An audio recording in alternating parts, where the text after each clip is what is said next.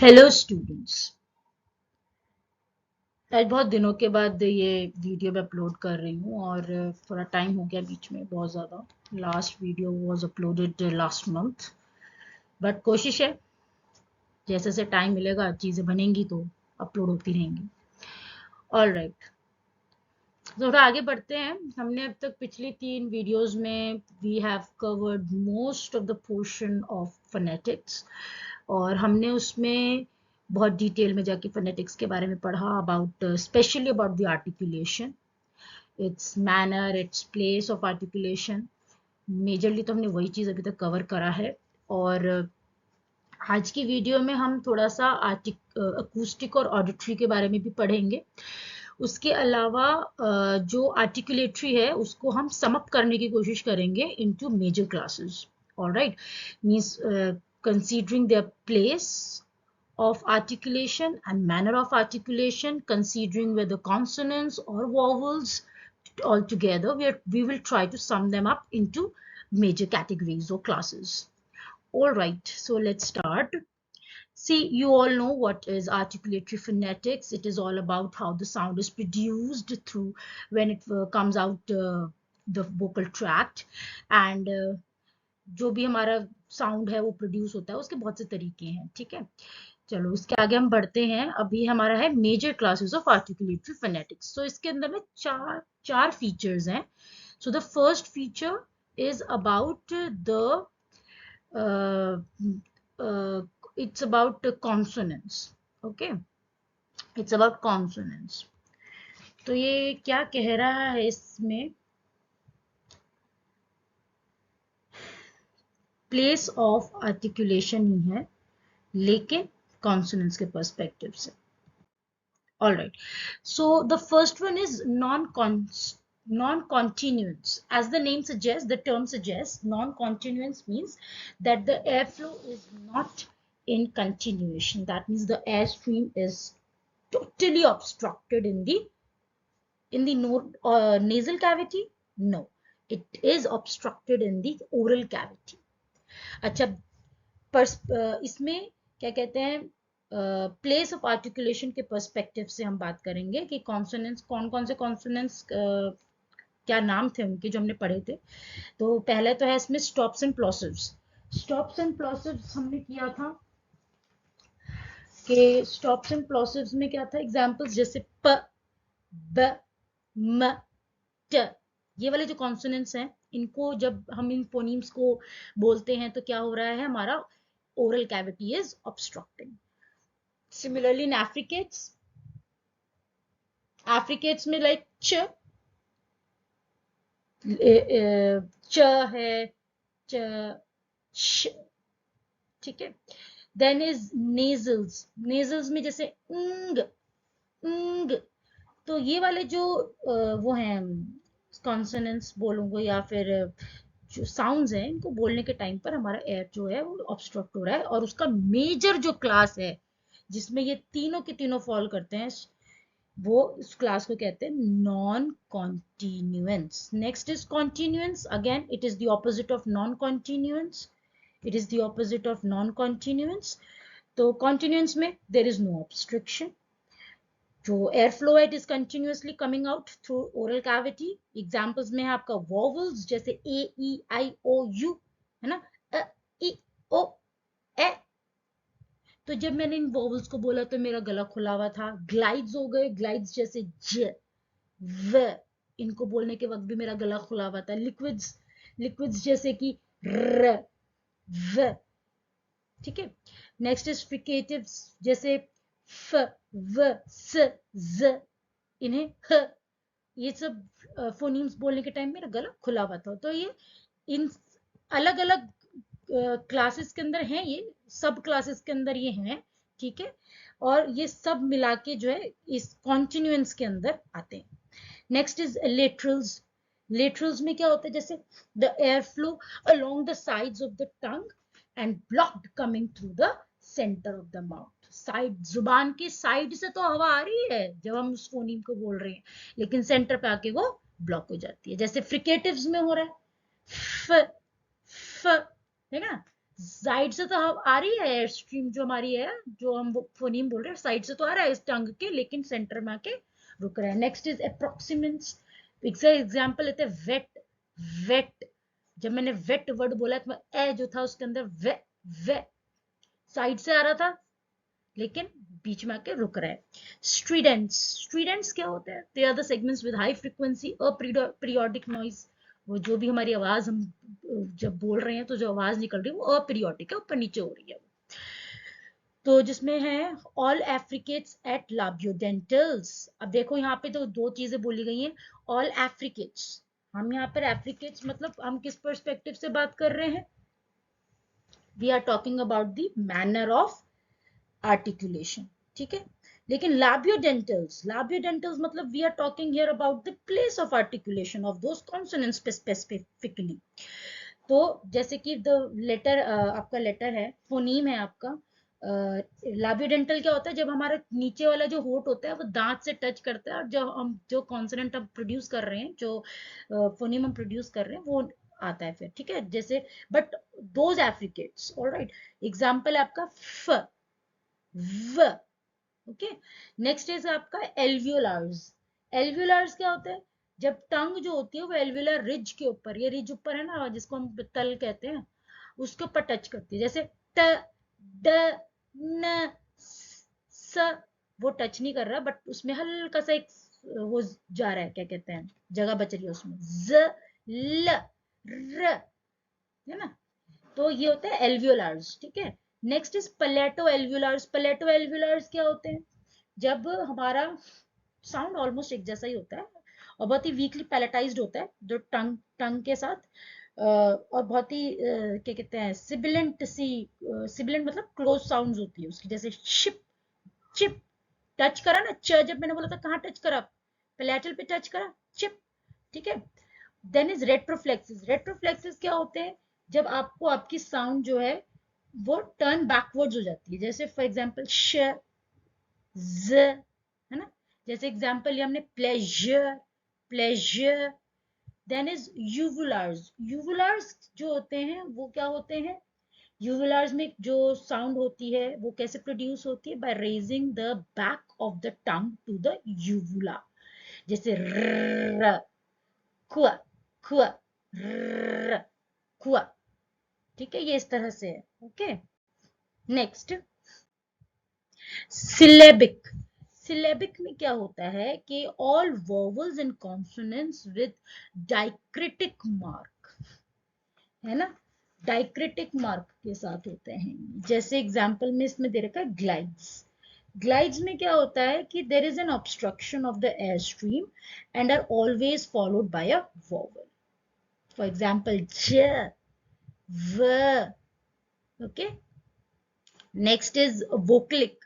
इसमें सारे वोवल्स और ग्लाइड्स आते हैं जी भाई, almost related with vocal, okay. Then is approximant. Approximant में क्या होता है? The sound is like a rapid vowel, sound is like a rapid vowel and not actual friction. So यहाँ पे क्या होता है? Wide constriction in the oral tract. All vowels, glides and liquids come under this major category of approximant. ठीक है। Next is sonorants. It is an acoustic property, acoustic property है of segment with formant structure, जिसमें सारे vowels, glides, liquids, nasals सब इसके अंदर आते हैं, ठीक है। अच्छा, अब हम आगे बढ़ेंगे।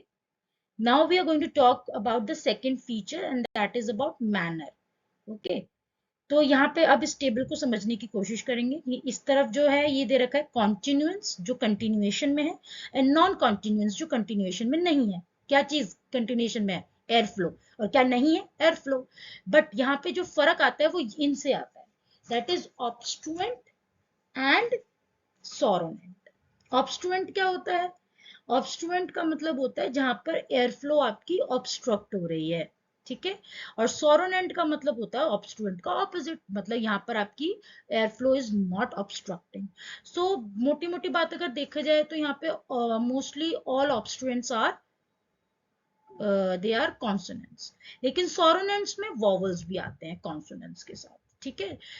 अच्छा, तो इसमें भी मेजर जो हमने छोटी सब क्लासेस करी थी उसके अकॉर्डिंग ये देखो फ्रिकेटिव्स है। फ्रिकेटिव्स जो होते हैं, मैंने एग्जांपल दिया था आपको अभी फ्रिकेटिव्स का। फ्रिकेटिव्स आर लाइक जैसे वर्ड है जैसे आपका फोनीम है च, है ना, तो ये च बोलने के टाइम पे ऑब्स्ट्रक्ट हो रहा है एयर फ्लो, लेकिन वो एक कंटिन्यूएशन में है, च च। ठीक है, सोरोनेंट के केस में कंटिन्यूएशन में है वो साउंड, जो एयर फ्लो है वो कंटिन्यूएशन में, गला नहीं बंद है हमारा। जिसमें हम लिक्विड्स बोल, लिक्विड्स जा रहे, जैसे लिक्विड्स का एग्जाम्पल है आपका, हाँ जैसे लिक्विड्स का एग्जाम्पल आपका र, र र आपने बोला, ठीक है। तो ये बोलने के टाइम पे क्या हो रहा है, एयर फ्लो आपका कंटिन्यूएशन में। ग्लाइड्स जितने भी ग्लाइड्स हैं ज व और वॉवल्स तो हैं ई ए ओ, ठीक है। नॉन कॉन्टिन्यूएंस में यहाँ पर स्टॉप हो रहा है। कॉन्सोनेंट्स के केस में ओरल स्टॉप्स, ओरल स्टॉप्स जैसे प ब, है ना। और एफ्रिकेट्स, एफ्रिकेट्स जैसे छ। और नेजल स्टॉप्स, नेजल स्टॉप्स में ऊंग ऊंग, तो यहाँ पे क्या हो रहा है आपका न, आप जैसे न बोलना चाह रहे हो, इस न को बोलने के लिए क्या हो रहा है, सोरोनेंट में वो नॉन कंटिन्यूएशन में है और यहाँ पे वो फ्लो भी हो रहा है। ऑल राइट, थर्ड फीचर है आपका प्लेस। प्लेस को देखते हैं सबसे, हमने यहाँ पर करा था लाबियल्स। लाबियल्स क्या होते हैं, जो आर्टिकुलेट होते हैं लिप्स से, ठीक है, with the help of lips, जैसे प ब म फ व व। तो ये इस टाइम पे क्या होता है, लिप्स जो है वो आवाज इस तरह से निकलती है कि लिप्स के ऊपर वो डिपेंड करती है, ठीक है। इसका एक डिपेंडेंट फीचर है राउंड। नेक्स्ट है आपका कोरोनल्स। कोरोनल्स जो होते हैं वो आर्टिकुलेट किए जाते हैं raising the front part of the टंग, ठीक है, द द ट ड न स ज। जब हम इन्हें बोलते हैं तो हमारी जो टंग है उसका रोल मेजर होता है। अच्छा, इसका डिपेंडेंट फीचर क्या है, पहला है आपका anterior. Phones which are made by using the tip of the tongue at the front of the mouth, ठीक है ना। जो हमारा टिप है टंग का, वो माउथ से किस तरह से साउंड को प्रोड्यूस करेगा। अब सबसे इसमें क्या क्या चीजें आती हैं, प्लेस के अकॉर्डिंग हम बात कर रहे हैं, तो इसमें आता है इंटरडेंटल। इंटरडेंटल में जैसे द साउंड इज द, थ, ओके, ये इंटरडेंटल के एग्जांपल है। एल्वियोलार का एग्जांपल, एल्वियोलार इज अ सब क्लास अंडर दिस थिंग, ठीक है, एंटीरियर्स। और ये जो है मेजर जो इसकी क्लास बनती है दैट इज कोरोनल्स। ऑलराइट, सो एल्वियोलार जैसे ट ड न स, ठीक है। सेम इज डिस्ट्रीब्यूटेड और सिबिलेंस।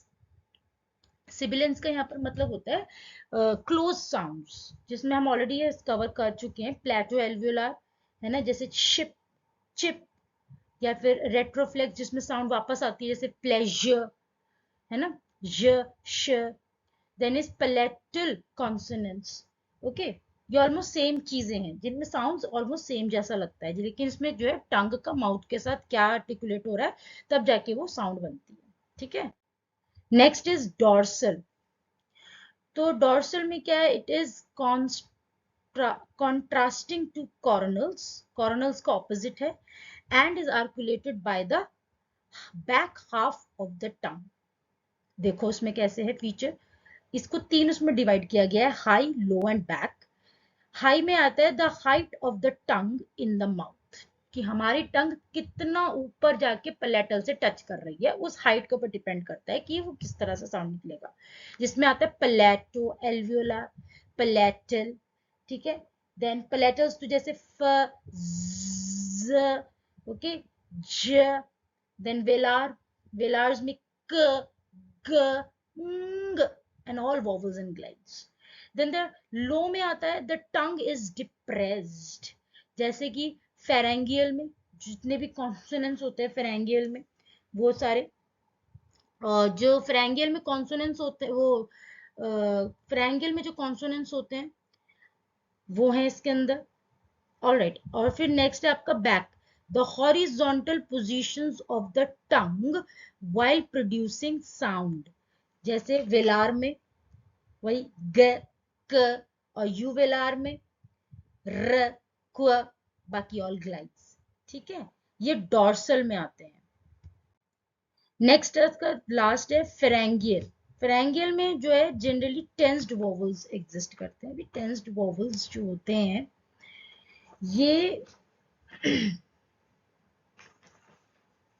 ये होते हैं कुछ इस तरीके से, जैसे their dependent feature is that they are advanced tongue root. It tells about the tensed and untensed laps. Okay, तो it is also called expanded. ये जो होता है ना ATR, इसको और expanded भी कहते हैं। इसमें क्या होता है कि जो larynx होता है वो लोअर किया जाता है while the pronunciation of a vowel। ठीक है, जब प्रोनाउंस किया जाता है वॉवल को तो larynx जो है लो कर दिया जाता है। इसमें एग्जांपल है जैसे beat, bet, boot, boat. Okay, ये इसके एग्जांपल्स हैं। अच्छा, the fourth and the last feature is laryngeal. इस फीचर में देखते हैं क्या चीजें हैं। Voiced phones which involve the vibration of the vocal folds. मैंने दो कराई थी ना आपको, voiceless sounds and voiced sounds.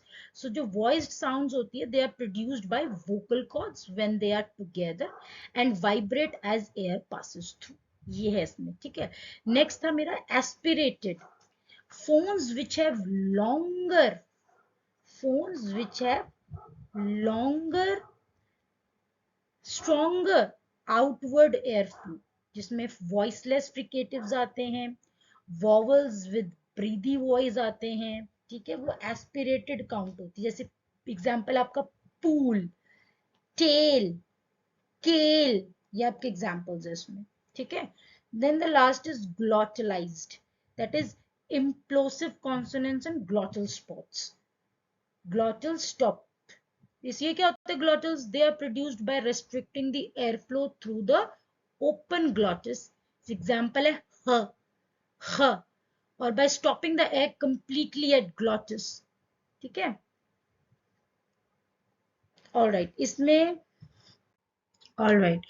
So the next after articulatory phonetics is acoustic phonetics. Acoustic is simply about the frequencies, amplitudes and durations of the sound waves.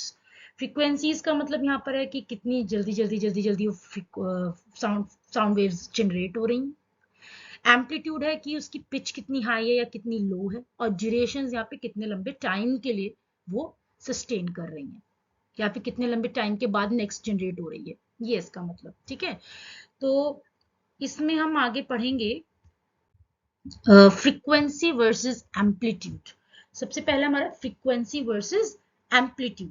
अब यहाँ पे देखो, जो पहला एग्जाम्पल आपको दिया हुआ है इसके अंदर जो वेव्स जनरेट हो रही हैं, इसमें सबसे पहले तो यहाँ पे ध्यान देंगे ये एम्पलीट्यूड। ये जो वेव जो ऊपर एक कर्व बनाया है इस वेव ने, इस कर्व की हाइट हमें बताती है कि उसका एम्पलीट्यूड कितना हाई है।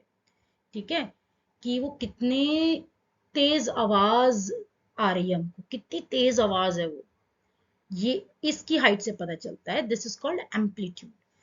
अच्छा, ये जो दो वेव्स हैं या फिर ऐसे कोई भी वेव जो कोई भी दो वेव्स जिनके बीच का डिस्टेंस जो है वो हमें बताता है कि वेव लेंथ कैसी है, इज इट शॉर्ट और लॉन्ग। तो ये वाली शॉर्ट है। ठीक है, क्यों? तो यहाँ पे इन दोनों ऑप्शंस, ये जो दोनों चीजें इनको मिला के हम ये कह सकते हैं कि एक हाई फ्रीक्वेंसी वेवलेंथ है। हाई फ्रीक्वेंसी मतलब जिसके अंदर एक के बाद एक के बाद एक के बाद एक दूसरी वेव जो है जनरेट हो रही है, और पहली वाली आगे निकल रही है, दूसरी जल्दी से जनरेट हो रही है, फिर और ये रिपीट पे रिपीट रिपीट पे रिपीट हो रहा है। लेकिन जो और साथ में क्या हो रहा है, इसकी जो वेवलेंथ है वो शॉर्ट है, इसका ड्यूरेशन शॉर्ट है इस वेवलेंथ का, और क्या कहते हैं जो एम्पलीट्यूड है वो बहुत हाई है, ये इसका मतलब है। और यहाँ पे नेक्स्ट हम देखेंगे कि जो ये वाला है, इस वाली वेव के अंदर क्या हो रहा है कि बहुत धीमे धीमे से वेव जनरेट हो रही है, और जो दूसरी वेव है और पहली वेव है उसके बीच का लेंथ भी बहुत लंबा है। ठीक है, वेव लेंथ लंबा है, और एम्पलीट्यूड बहुत मतलब धीमी सी आवाज आ रही है, ठीक है। जिसका एक एग्जाम्पल इसको ऐसे समझ सकते हैं, जैसे अकर कर कर कच कर कर कर कच कर कर कच कर कर कर कर कर, ये एक एग्जाम्पल है। तो हमने क्या हुआ, यहाँ पे जो साउंड जनरेट करी है वो बहुत ही हाई फ्रिक्वेंसी पर हुई है, मतलब एक खत्म हुआ तो दूसरी साउंड जनरेट हो गई, ठीक है। और एम्पलीट्यूड इसका हाई होगा। लेकिन उल्लू के लिए फॉर एग्जाम्पल हमने लिया,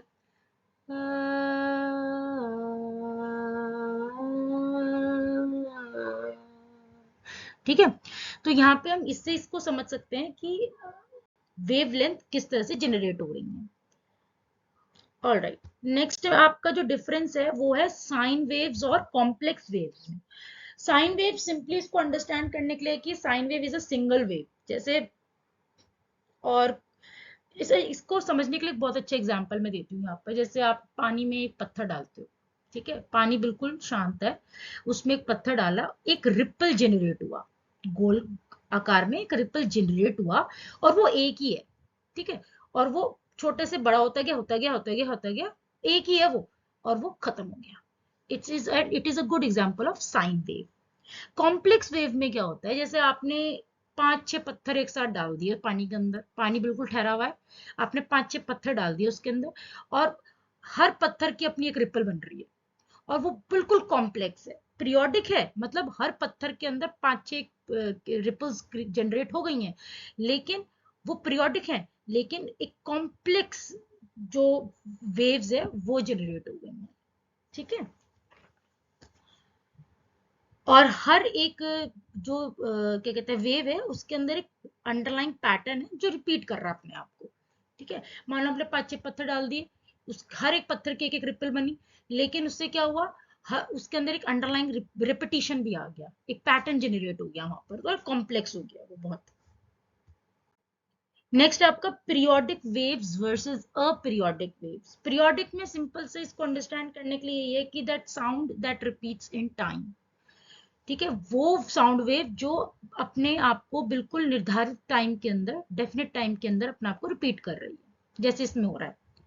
यहाँ पर क्या हो रहा है, एक डेफिनेट टाइम के अंदर, एक डेफिनेट टाइम के अंदर ये अपने आप को रिपीट कर रही है वेव्स, ठीक है, और अपने सेम पैटर्न पे कर रही है, ये पीरियोडिक है। अपीरियोडिक में ऐसा कुछ नहीं है, it is not needed that they would repeat in time, ठीक है। वो रैंडम वेव्स हैं, वो अपना जब दिल कर रहा है ऊपर नीचे हो रही हैं, जब उनका दिल कर रहा है कम ज्यादा हो रही हैं, जब उन मतलब अपीरियोडिक है, रैंडम वेव है, ठीक है। वहां पे रेपिटेशन, एक periodic repetition is not expected. इसी एकूस्टिक में ही और भी 3 अलग किस्म की वो हैं चीजें हैं, जैसे स्पेक्ट्रोग्राम्स हैं। स्पेक्ट्रोग्राम्स जो होता है, वैसे तो अगर विजुअल पर्सपेक्टिव से देखा जाए तो एक एक स्पेक्ट्रम है फ्रीक्वेंसीज का, ठीक है, सिग्नल की जो फ्रीक्वेंसीज है उनका एक स्पेक्ट्रम है, और वो टाइम के साथ वेरी करता है, ठीक है। ये विजुअल पर्सपेक्टिव से। ऑडियो में क्या होता है, इसी स्पेक्ट्रोग्राम को हम क्या कहते हैं, सोनोग्राफ भी कहते हैं, वॉइस प्रिंट्स कहते हैं, या वॉइस ग्राम्स कहते हैं, ये ऑडियो के पर्सपेक्टिव से। यहाँ पे क्या हो रहा है, एक किस्म का स्पेक्ट्रम बनाया जा रहा है कि हाँ भाई, ये हाईएस्ट है, ये लोएस्ट है, इसके बीच में वो वॉइस कहाँ साउंड कर रही है, कितने लेवल पे साउंड कर रही है, वो चीज इसके अंदर आती है। इसको रीड करना भी, इसकी रीडिंग होती है, ठीक है। नेक्स्ट आपका transient versus continuous sounds. Transient sounds कैसी होती हैं, ये थोड़ी हाई एम्पलीट्यूड वाली साउंड्स होती हैं, इनका ड्यूरेशन शॉर्ट होता है, ठीक है। और ये वेवलेंथ जब जनरेट ही हो रहा होता है, नहीं तभी अब शो मतलब फॉर्मेशन में आ जाती हैं। बट ये ना फ्रीक्वेंसी पे डिपेंड नहीं करती हैं, जो ट्रांजिएंट्स होती हैं फ्रीक्वेंसी पे डिपेंड नहीं करती हैं, और कंटिन्यूएशन में तो होती हैं। फिर कंटिन्यूअस साउंड्स वो अलग चीज है। और last is voicing on A spectrogram. Alright, now the last one is auditory phonetics. ये ऑडिटरी फोनेटिक्स तो आप सबने पता ही आपको कि भाई it is all concern about with hearing of speech sound by the listener. अब यहाँ पर जो आवाज जनरेट हो रही है उसको सुनेगा भी तो ना, अभी सुनने वाले के पर्सपेक्टिव से कि आपने उस साउंड को कैसे सुना है, how you are responding towards that sound, it is up to the listener, उसमें ये वाला पार्ट आता है, ठीक है। और मैं जहाँ तक समझती हूँ ये बायोलॉजी से रिलेटेड भी है थोड़ा, मतलब नेचुरल साइंस से रिलेटेड है ये वाला phonetics. Okay, thank you so much आज की क्लास के लिए। और कोशिश होगी कि नेक्स्ट क्लास में हम थोड़ा सा फोनेमिक्स को कवर अप करेंगे और उसे रैप अप भी करने की कोशिश करेंगे। ठीक है, और थोड़ा देखते हैं कैसे होता है। चलो, ओके, थैंक यू।